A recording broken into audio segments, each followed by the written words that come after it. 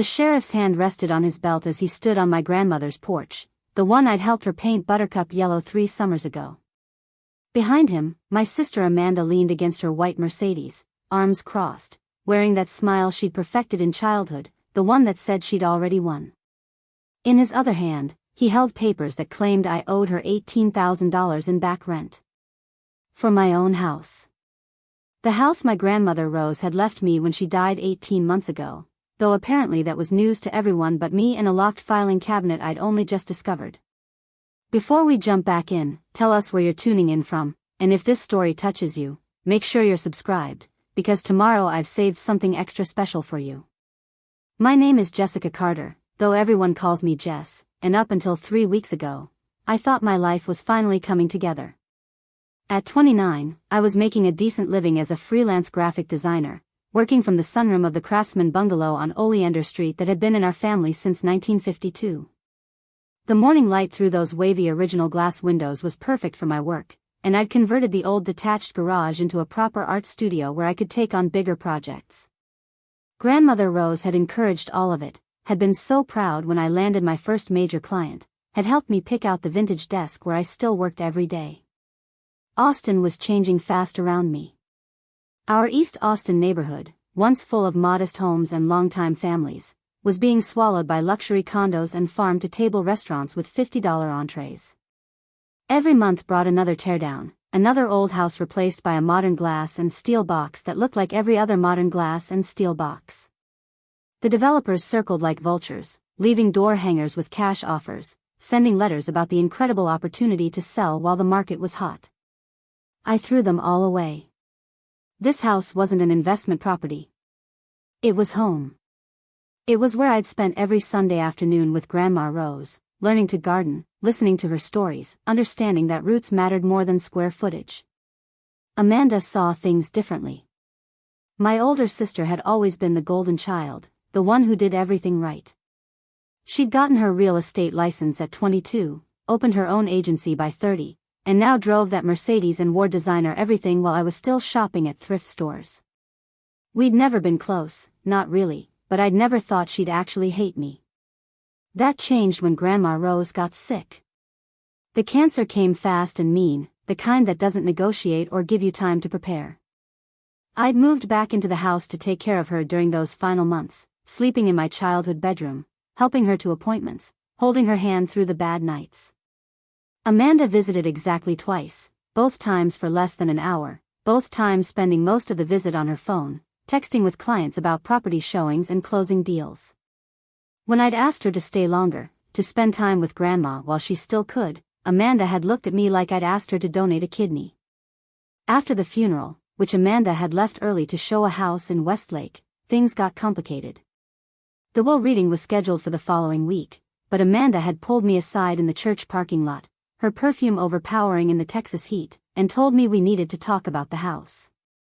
She had buyers interested, she'd said. Really interested.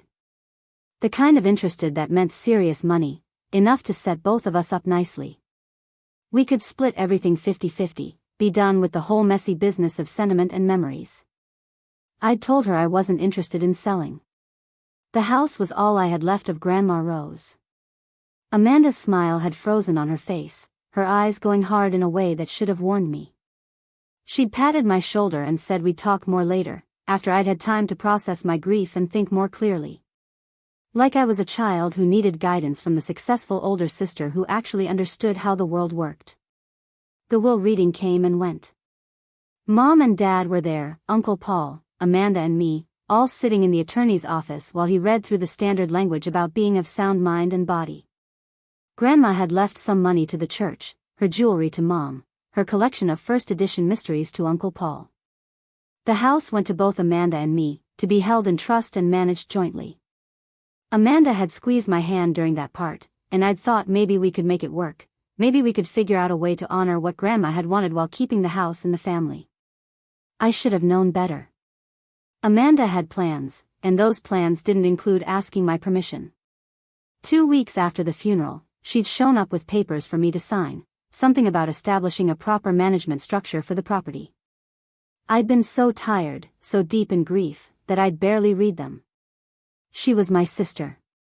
I'd trusted her. I'd signed where she pointed, and she'd left with the papers tucked under her arm and that satisfied smile on her face. 6 months passed. I kept living in the house, kept working from the sunroom, kept tending Grandma's rose garden every evening the way she'd taught me. Amanda would stop by occasionally, always unannounced, always with that appraising look like she was calculating square footage and comparable sales. She'd ask pointed questions about whether I was keeping up with maintenance, whether I'd noticed the foundation issues or the roof that really needed replacing. I hadn't noticed any such things because they didn't exist, but Amanda would sigh and make notes on her phone, muttering about deferred maintenance and diminishing property values. Then came the letter. Official looking, on Amanda's agency letterhead, delivered by certified mail. I'd signed for it on a Tuesday morning, coffee in hand, thinking it was probably something routine about property taxes or homeowners insurance. Instead, it informed me that as the property manager of the Oleander Street residence, Amanda was implementing new rental rates effective immediately. My rent, previously $800 a month, a number I'd been paying into what I thought was a joint account for property expenses, was now $4,500 monthly. Due on the 1st, late fees accruing after the 5th. I'd read it 3 times, certain I was misunderstanding something. Rent. She was charging me rent. In my own grandmother's house. In what I'd thought was my house. The letter referenced the management agreement I'd signed, Section 7.4, regarding market rate adjustments for all occupants. I'd dug through my files, found the papers I'd signed, and felt my stomach drop as I read the fine print I'd been too grief-stricken to notice. I'd somehow agreed that Amanda had full management authority, including the right to set rental rates and terms of occupancy. I'd called her immediately, hands shaking as I dialed. She'd answered on the 3rd ring, her voice cheerful and professional. When I'd asked what the hell she thought she was doing, she'd laughed. Not a mean laugh, somehow that made it worse. Just a casual, amused laugh like I'd told a mildly funny joke. The house was worth over $800,000 now, she'd explained patiently. $800 a month was insulting. It was leaving money on the table. She had a responsibility as property manager to maximize the asset's potential. If I couldn't afford market rate, well, there were plenty of people who could. Maybe it was time for me to find something more within my budget. Maybe a nice apartment in Round Rock or Pflugerville. Somewhere affordable for someone at my income level. I'd hung up on her. Then I'd called my parents. Surely they'd see how insane this was, how cruel.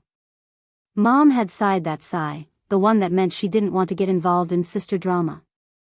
Dad had said that Amanda knew real estate and if she said those were the rates, then those were probably the rates. Had I considered that maybe it was time to move on anyway, to stop living in the past, to build my own life instead of clinging to Grandma's memory? Uncle Paul hadn't even returned my call. I'd paid the first month, draining my savings account and telling myself I'd figure something out. But I knew I couldn't keep paying $4,500 a month. My freelance income was good but not that good, and Amanda knew it. This wasn't about money. This was about forcing me out so she could sell to one of those developers who kept leaving business cards in the mailbox. I'd seen her having coffee with one of them at Cosmic Grounds last week, both of them laughing over their laptops, probably looking at architectural renderings of whatever soulless monument to gentrification they wanted to build where my home currently stood. The second month came and I couldn't pay. I'd picked up extra projects, worked 16-hour days, but I was still $2,000 short. Amanda had shown up on the 6th with an eviction notice, professionally printed and properly formatted. She'd handed it to me through the screen door like she was delivering a pizza, not destroying my life. 30 days to vacate or face legal action. I'd asked her how she could do this, how she could look at herself in the mirror. She'd adjusted her sunglasses and told me not to be so dramatic. This was business. Grandma had left the property to both of us, and she was simply managing it properly. If I wanted to stay, I needed to pay. Simple as that. That's when I'd gone to see Dorothy Martinez. Dot lived in the ranch house next door, had been Grandma Rose's best friend for over 30 years. They'd had coffee together every morning, worked in their gardens side by side, shared everything from recipes to secrets. Dot was 78 now, sharp as ever, with eyes that missed nothing and a past as a paralegal that made her dangerous to anyone trying to pull something shady.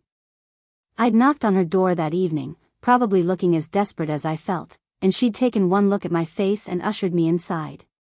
Her living room smelled like cinnamon and old books. We'd sat on her floral couch while I spilled everything: the rent increase, the eviction notice, my family's complete lack of support. Dot had listened without interrupting, her weathered hands folded in her lap, and when I'd finished she'd been quiet for a long moment. Then she'd asked me a question that changed everything. Had I ever actually seen the will? The real will, not just heard it read in the attorney's office? I'd admitted I hadn't. Dot had nodded like that confirmed something she'd suspected.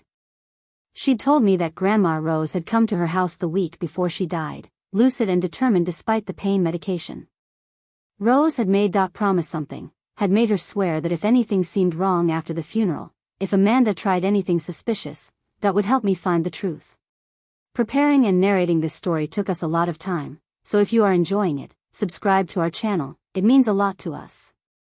Now back to the story. Grandma had been worried, Dot explained. Amanda had been coming around during my grocery runs, asking questions about property values, about how the will was structured, about whether Rose had considered what would happen to the house after she was gone. Rose hadn't trusted her eldest granddaughter. She'd loved her, but she hadn't trusted her. So she'd taken precautions. Dot had stood up then, disappeared into her bedroom, and come back with a small brass key on a faded ribbon. Rose had given it to her for safekeeping, had told her exactly where to look if the time came. The key was to a lockbox hidden somewhere in the house, somewhere Amanda wouldn't think to search. Inside that box, Dot said, was the truth about who really owned the house on Oleander Street. We'd gone over that night, using my key to let ourselves in. The house felt different in the darkness, more like Grandma's and less like the space I'd been desperately trying to hold on to. Dot had moved with purpose, leading me upstairs to the attic access in the hallway ceiling. I'd pulled down the folding ladder and we'd climbed up into the cramped space that smelled of dust and decades. Dot had shined her flashlight around until the beam landed on an old filing cabinet pushed against the far wall, half hidden behind boxes of Christmas decorations. The key fit perfectly.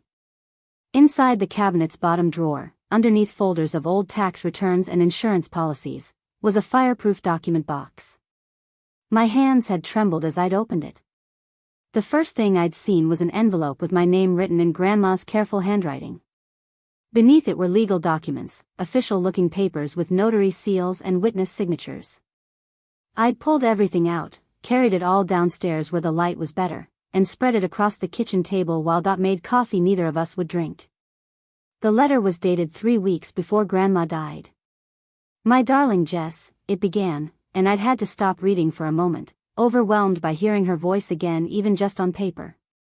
"If you're reading this then Amanda has shown her hand, and I'm so sorry I couldn't protect you from her greed while I was still there to stand between you. Your sister has always seen the world in terms of transactions, and I've watched her circle this house like she's already spent the money from selling it." The letter explained everything. Grandma had known Amanda would try to force a sale. She'd seen it coming in those final months, had noticed the way Amanda looked at the house, the questions she asked, the developers she was suddenly so friendly with. So Rose had restructured everything. The will that was read at the attorney's office, the one that supposedly left the house to both of us, that was real. But 3 months before she died, Rose had done something else. She'd transferred the actual property deed into a trust, a very specific kind of trust that made me the sole beneficiary. The trust was called the Oleander Street Legacy Trust, and it had one very clear purpose: to ensure that the house stayed in the family and stayed affordable for whoever lived in it. Amanda had management authority over the property, yes, but only as long as she operated within the terms of the trust.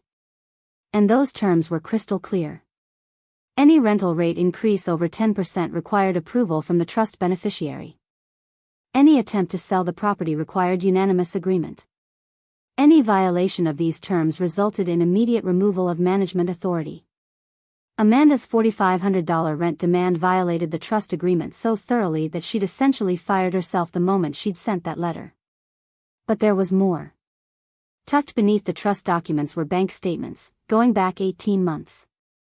The joint account I'd been paying my $800 into every month, the account that was supposedly for property taxes and maintenance, had been slowly drained. Withdrawals for things that made no sense, payments to contractors who'd never worked on the house, transfers to accounts I didn't recognize. Amanda hadn't just tried to force me out. She'd been stealing from the property maintenance fund, probably assuming that once she sold the house, no one would ever audit the accounts carefully enough to notice. Dot had read over my shoulder, her reading glasses perched on her nose, and she'd made small noises of disgust as each new revelation appeared. Rose had suspected Amanda might do something like this, Dot explained. That's why she'd kept such meticulous records, why she'd hidden everything where only someone who really knew her would think to look. Grandma had been protecting me from beyond the grave, and I'd been too trusting to realize I'd needed protecting. The last document in the box was another letter, this one addressed to Michael Torres, attorney at law. It was sealed, with instructions written on the outside in Grandma's hand. To be opened only if Amanda attempts to remove Jessica from the property or sell without unanimous consent. Contact Michael immediately. He knows what to do. There was a phone number written below, and Dot had already pulled out her cell phone before I could process what was happening. Michael Torres had arrived at my house the next morning carrying a briefcase that looked older than I was and wearing a suit that had seen better days but was impeccably maintained. He was maybe 55, with gray at his temples and the kind of steady presence that made you feel like everything might actually be okay. He'd sat at that same kitchen table, spread out his own files next to Grandma's documents, and confirmed what I'd barely let myself believe. I owned the house. Completely and solely. Amanda had no legal authority to charge me rent, let alone evict me. Michael explained that he'd been Rose's attorney for 20 years, had helped her set up the trust, had witnessed her sign every document with full understanding of what she was doing. He tried to reach out to me after the funeral, but Amanda had intercepted his calls, told him I was too distraught to handle legal matters and that she'd coordinate everything as the estate executor.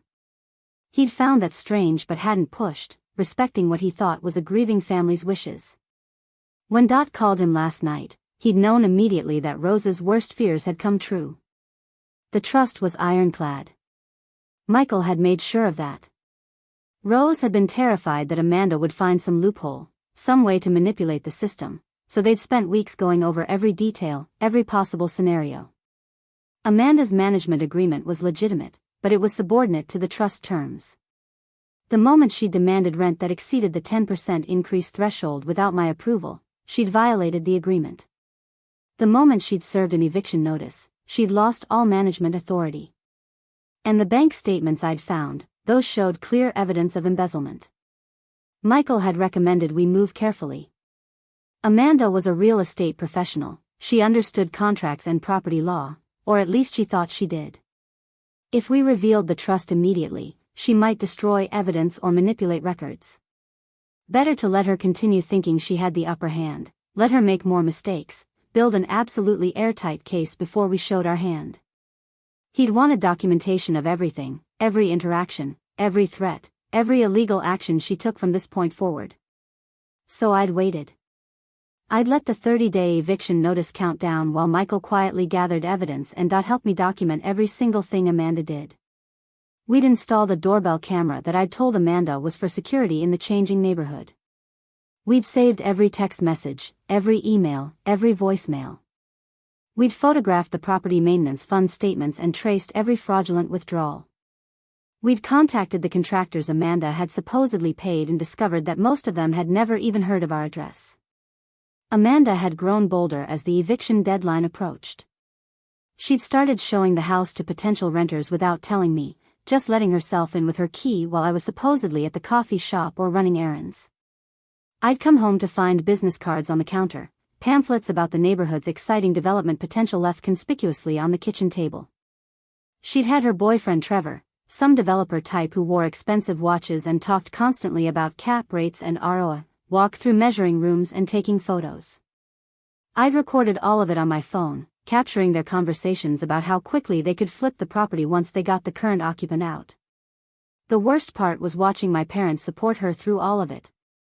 Mom had called to ask when I was planning to move, suggesting I look at apartments in her neighborhood in Pflugerville, somewhere more affordable for someone with my unstable income.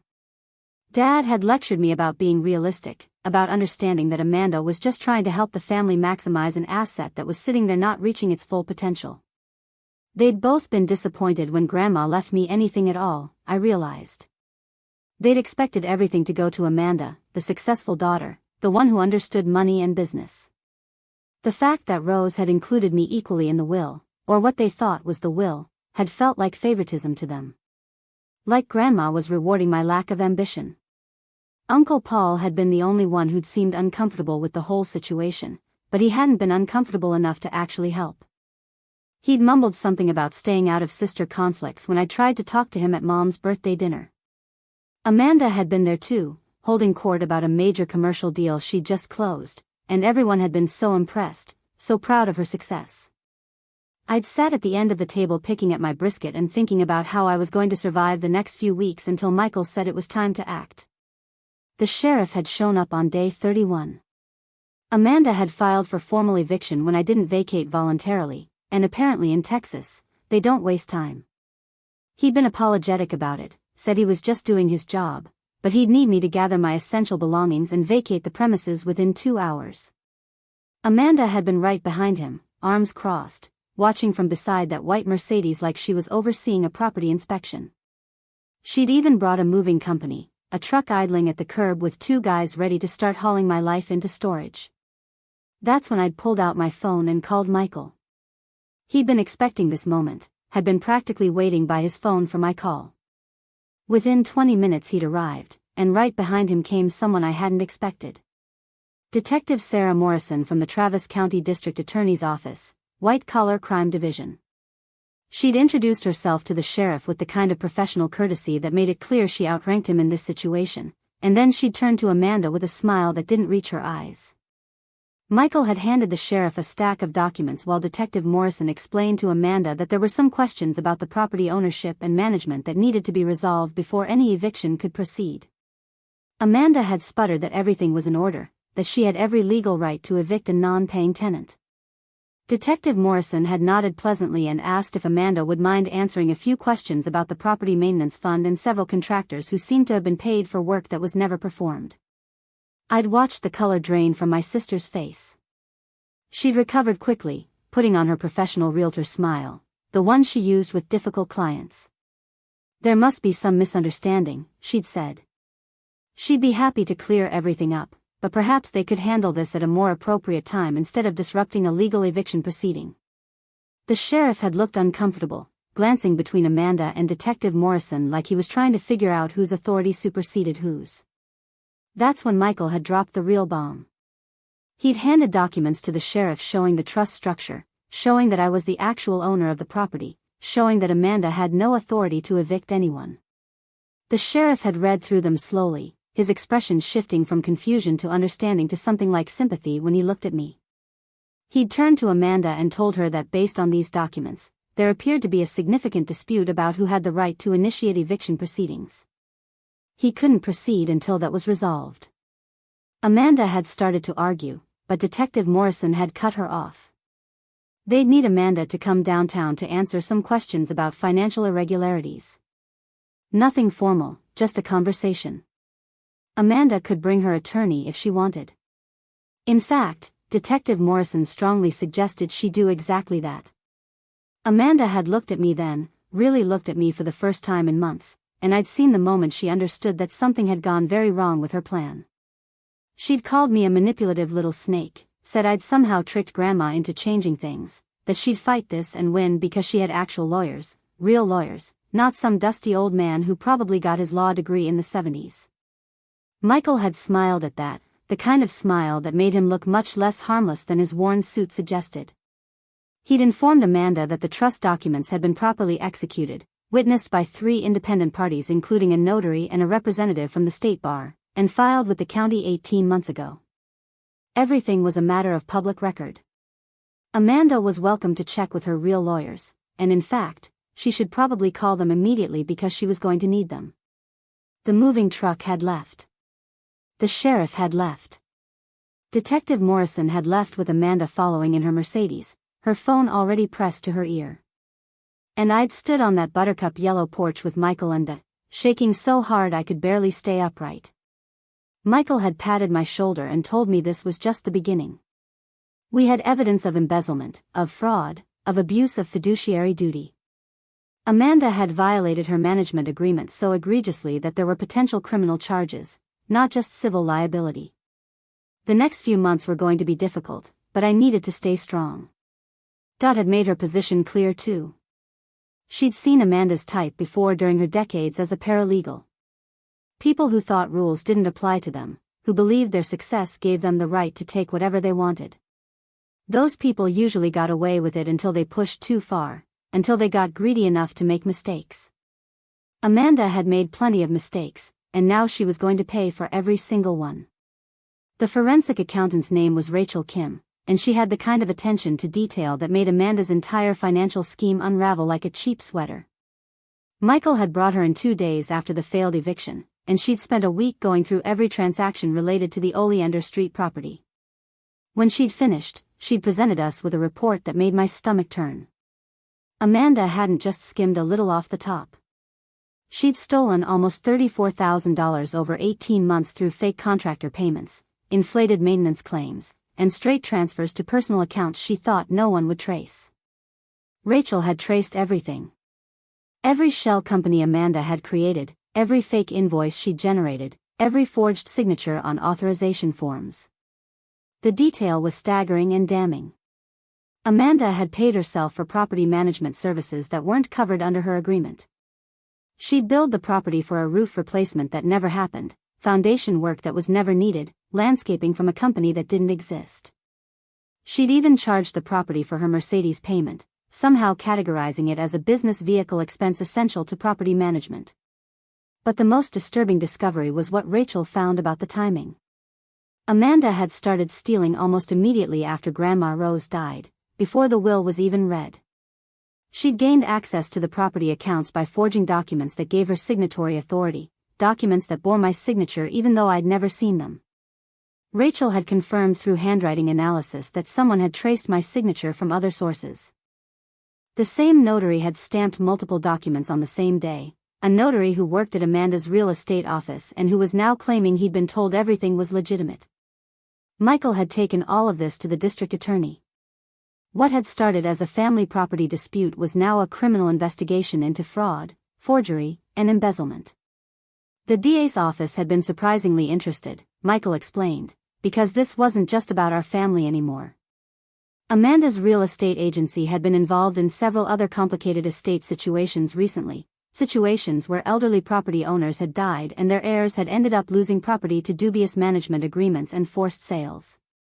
The DA suspected a pattern, and I was apparently not the first victim, just the first one with enough documentation to build a solid case. My parents had finally called 4 days after the sheriff incident. Mom's voice had been tight with anger when I answered, and she'd launched immediately into a speech about how embarrassed she was, how I'd humiliated Amanda in front of law enforcement, how I was tearing the family apart over money and property like some kind of greedy child who couldn't accept that her sister was more successful. I'd let her talk until she ran out of steam, and then I'd asked her a simple question. Had Amanda told them about the $34,000 she'd stolen? About the forged documents? About the fake contractors and fraudulent billing?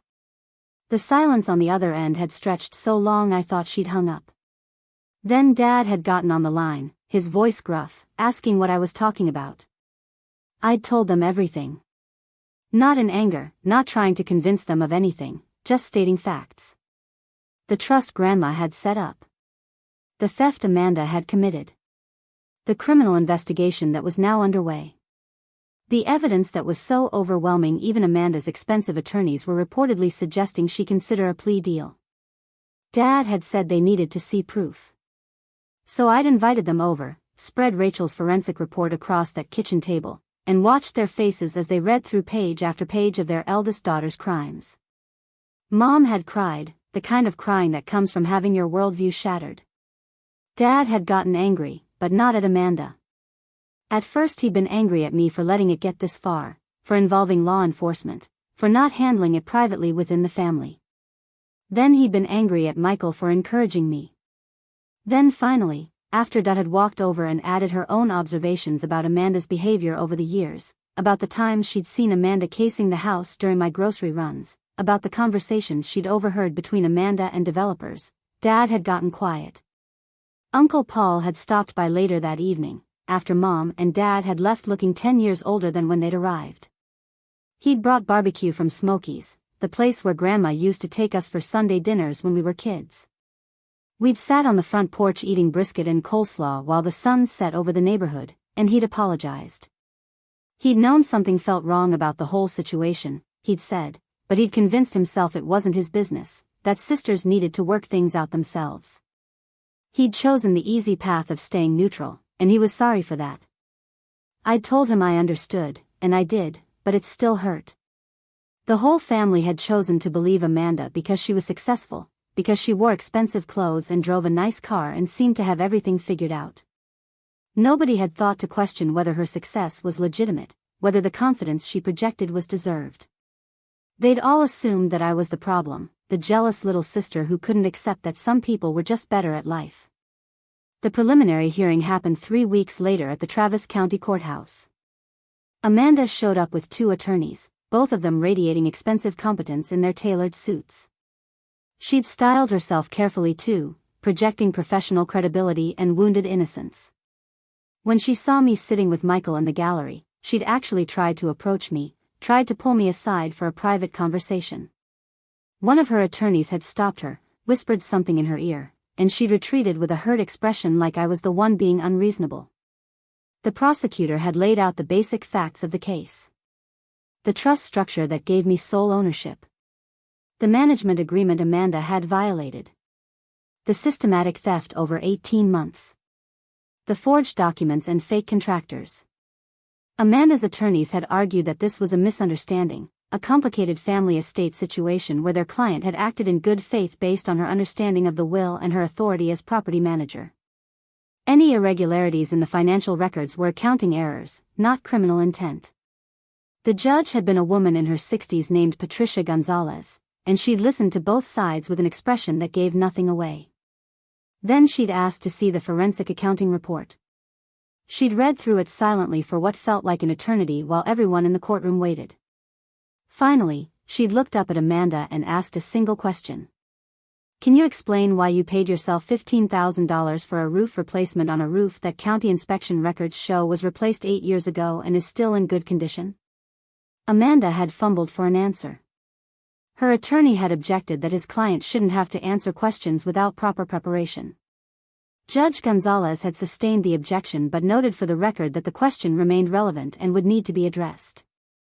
She'd ruled that there was sufficient evidence to proceed to trial on all counts, set bail at $50,000, and strongly suggested that if Amanda had any exculpatory evidence, now would be the time to present it.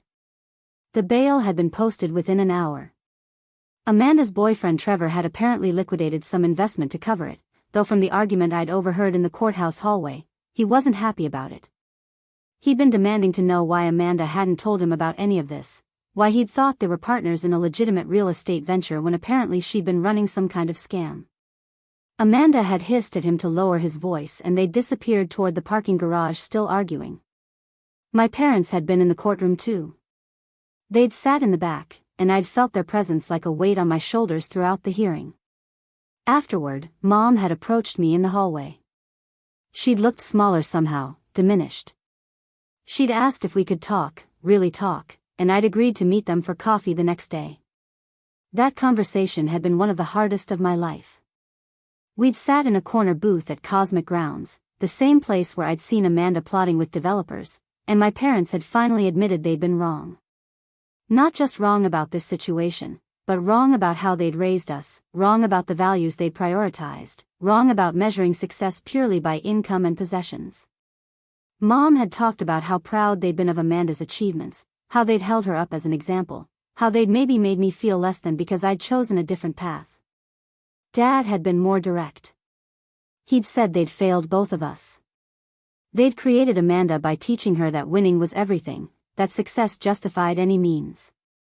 And they'd failed me by not seeing my worth, by not recognizing that taking care of Grandma Rose, maintaining the house, building a creative career. Those were valuable things even if they didn't come with a luxury car and a big office. He'd asked if I could forgive them eventually, and I'd told them honestly that I didn't know, but I was willing to try. The trial date was set for 4 months out. In the meantime, Michael had filed civil suits to recover the stolen funds and to formally remove Amanda from any role in the property management.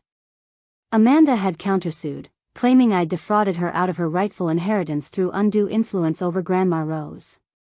Her attorneys had actually argued that an elderly woman dying of cancer couldn't have been of sound mind when she set up the trust, that I'd manipulated her during her vulnerable final months. That had been a mistake.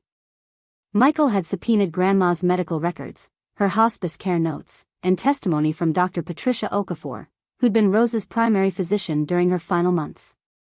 Dr. Okafor had testified in a deposition that Rose had been completely lucid when discussing her estate plans, that she'd specifically mentioned her concerns about Amanda, and that she'd been adamant about protecting me and the house. The doctor had notes from multiple conversations where Rose had expressed her wishes clearly and rationally. The trial lasted 6 days. Amanda's defense team had tried everything, attacking the trust documents, questioning the forensic accounting, suggesting that I'd somehow manufactured evidence. But Michael had been thorough, and the evidence was overwhelming. Rachel Kim had testified for an entire afternoon, walking the jury through every fraudulent transaction with the kind of clarity that left no room for doubt. The notary who'd stamped the forged documents had been granted immunity in exchange for his testimony, and he'd admitted that Amanda had pressured him to backdate paperwork and certify documents without proper identification. The most powerful testimony came from Mr. Kenneth Walsh, my elderly neighbor who'd lived next door for 40 years. He'd known Grandma Rose well, had witnessed some of the trust documents himself at her request. He'd testified about seeing Amanda meet with developers in the driveway, about overhearing phone conversations where she discussed clearing out the current occupant and maximizing sale price. His military bearing and straightforward honesty had resonated with the jury in a way that no expert witness could match. Amanda had taken the stand in her own defense, and it had been devastating to watch. She'd tried to present herself as a misunderstood professional who'd only been trying to help the family, but under cross-examination she'd faltered. When asked directly why she'd paid a non-existent company for landscaping work, she'd claimed it was an administrative error. When presented with evidence that she'd made similar payments to 6 different fake companies, her explanation had grown less convincing. By the time the prosecutor had finished with her, even her own attorneys had looked uncomfortable. The jury had deliberated for just under 5 hours. Guilty on all counts of fraud and embezzlement. The judge had revoked her bail immediately, and I'd watched as they'd led my sister away in handcuffs. Mom had sobbed in the gallery. Dad had sat stone-faced, his hand gripping the bench in front of him. I'd felt nothing but emptiness, no triumph or satisfaction, just the hollow ache of watching my family destroy itself over money and pride. Sentencing came 2 weeks later. Judge Gonzalez had been clear in her reasoning. Amanda had abused a position of trust, had stolen from family, had preyed on the vulnerability that came with grief and loss. She'd shown no remorse, had continued to claim she'd done nothing wrong even in the face of overwhelming evidence. The sentence was 7 years in state prison with possibility of parole after 4. She was ordered to pay full restitution of $34,000 plus damages. Her real estate license was permanently revoked. The civil suits resolved quickly after that. Amanda's countersuits were dismissed with prejudice. The court formally recognized my sole ownership of the property and awarded me additional damages for the stress and legal costs. Trevor had apparently broken up with Amanda before the trial ended and was cooperating with investigators looking into other questionable deals at her former agency. Her business partners had already changed the company name and were publicly distancing themselves from her. My parents came to the house a week after sentencing. We'd sat in the backyard among Grandma's roses, which I'd kept immaculately maintained despite everything. They'd asked what I planned to do with the property now, and I'd told them I was staying. This was my home. It had been Grandma's gift to me, not as real estate but as a foundation, a place to build a life that mattered more than profit margins. Mom had nodded slowly, then told me they'd been doing a lot of thinking. They'd realized how much they'd lost chasing after wealth and status, how they'd damaged their relationship with both daughters by valuing the wrong things. They wanted to do better, to be better, but they understood if I needed time. I'd told them I did need time, but the door wasn't closed forever. 6 months after the trial, I stood on that buttercup yellow porch and watched as a young family moved into the garage apartment. I'd converted it properly, with Dot's help, into a small but comfortable space that I could rent out affordably. The mother was an elementary school teacher, the father worked at the community center, and they had a 4-year-old daughter who'd already discovered the rose garden. They'd been about to be priced out of East Austin entirely, pushed toward the suburbs by the rising costs, but my below-market rent gave them a chance to stay in the neighborhood where they worked and where their daughter went to school. That was what Grandma Rose had understood. Property wasn't just about value extraction. It was about creating stability, about giving people a foundation to build their lives on. Amanda had seen the house as $800,000 being wasted on sentiment. I saw it as a home, my home, and potentially a home for others who needed one. Michael had helped me set up a proper trust structure that would protect the property even after I was gone, ensuring it would remain affordable housing regardless of market pressures. Dot had volunteered to serve on the trust board, bringing her legal knowledge and her commitment to Grandma's vision. Uncle Paul had asked to be involved too, saying he wanted to honor Rose's memory properly this time. The developers still left their cards in my mailbox. The luxury condos still went up around me, glass and steel monuments to Austin's transformation. But the house on Oleander Street remained, with its original hardwood floors and wavy glass windows and roses that bloomed every spring. It remained as proof that not everything had to be for sale, that some things were worth more than their market value. Amanda would be eligible for parole in 3 more years. I didn't know if I'd be able to face her when that time came, if there was any relationship left to salvage. But I knew Grandma Rose would have wanted me to leave that possibility open, to remember that people could change and grow even after making terrible choices. For now, I was content to live in the home she'd protected for me, to tend her garden, to create art in the studio she'd encouraged me to build, and to prove every single day that her faith in me hadn't been misplaced. Up next, you've got 2 more standout stories right on your screen. If this one hit the mark, you won't want to pass these up. Just click and check them out.